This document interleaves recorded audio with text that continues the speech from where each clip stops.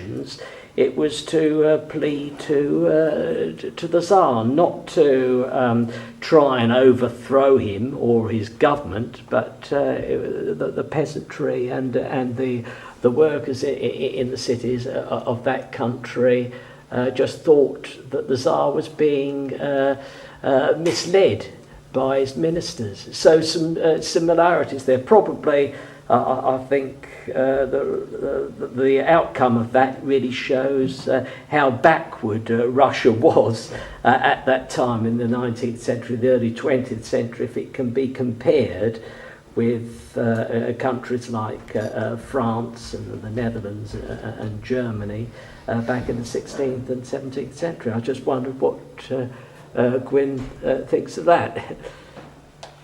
Well,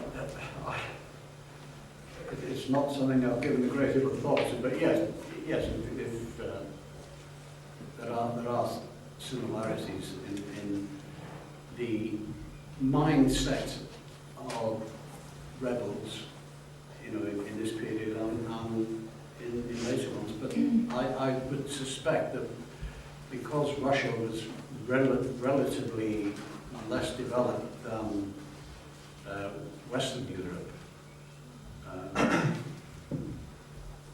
such ideas would have lasted much longer. I mean, but by say the late 18th century, say after about 1750 and the 1800s, you do get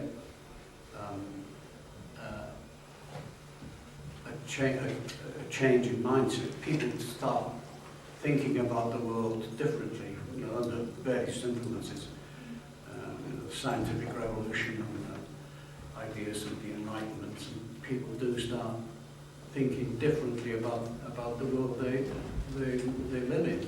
And they start suggesting different explanations for phenomena that are at base pretty much the same. I don't know sufficient about the Russian Revolution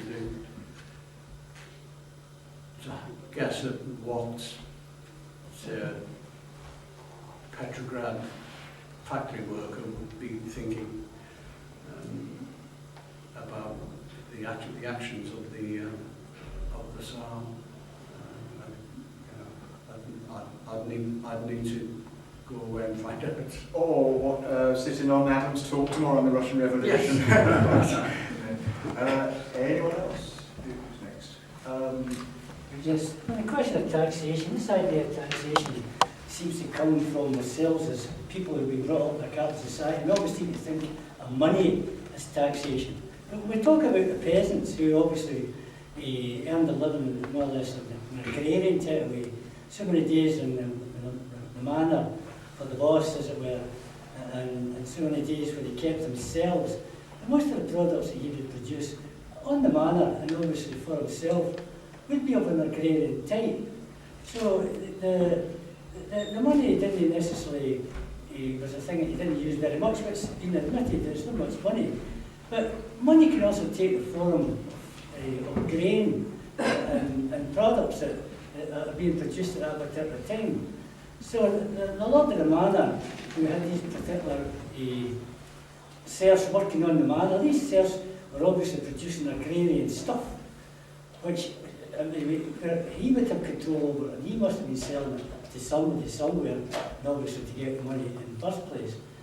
And so if taxation was going to be affecting the peasants, I would imagine it must have been that they were actually cutting the food supply of the peasants, more or less directly. You don't necessarily need to come along like you see the Robin Hood of the BBC and say, we're taxing, we want some money off you. But if you don't have money, you can't supply money. But if you have goods that you require to live, and the thing they're going to take off you is what you're required to live. And that, I would imagine, would create a bit of a revolutionary situation among the peasants. They certainly would do a bit of revolt about it. They couldn't be very happy. So I think that you start getting tied down a wee bit on this idea that money was playing such a big part amongst the peasants. And I don't think money was playing a big part. It may well be playing a big part amongst the people who had control over the goods that were being produced.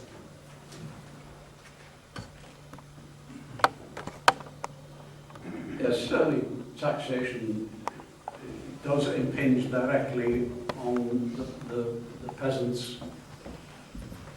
product. You know, what the taxman or the tax gatherer takes away is what the peasant has produced. It is his product. Whereas, you know, in a capitalist society, taxation falls not on the producer, but on the owner of the means of production. In that sense, it's taxation was for the peasant a real concern, whereas for the working class, taxation isn't a concern of theirs. It's something that impinges on the capitalist profit. Taxation comes out of profit, not out of the product.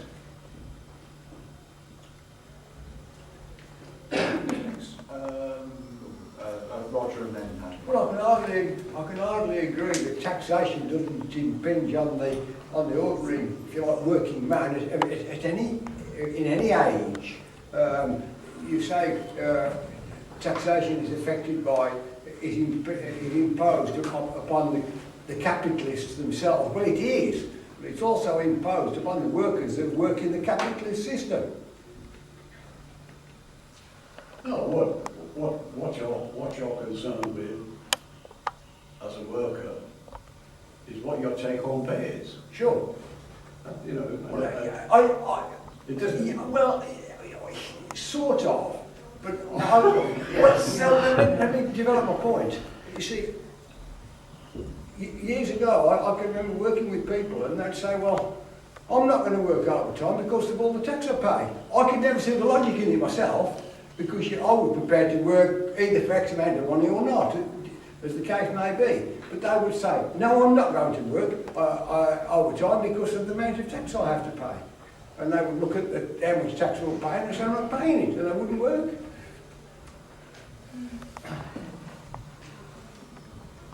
Well, I've never understood this one. I have No, to be me honest. neither. Oh, this is what we could talk about. Well, yeah, it's a whole meeting of its own. But basically,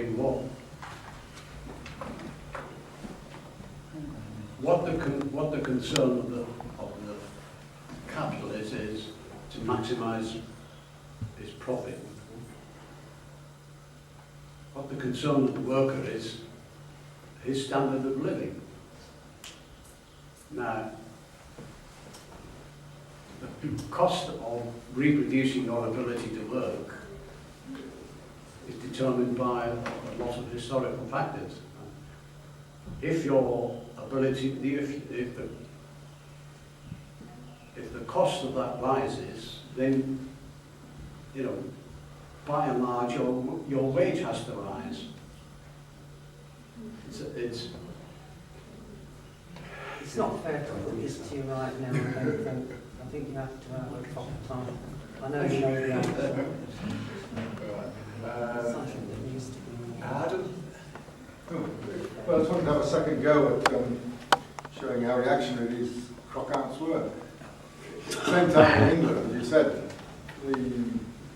whether they were cutting off the head of the king. Yeah. And at one point you seemed reluctant to use the word revolution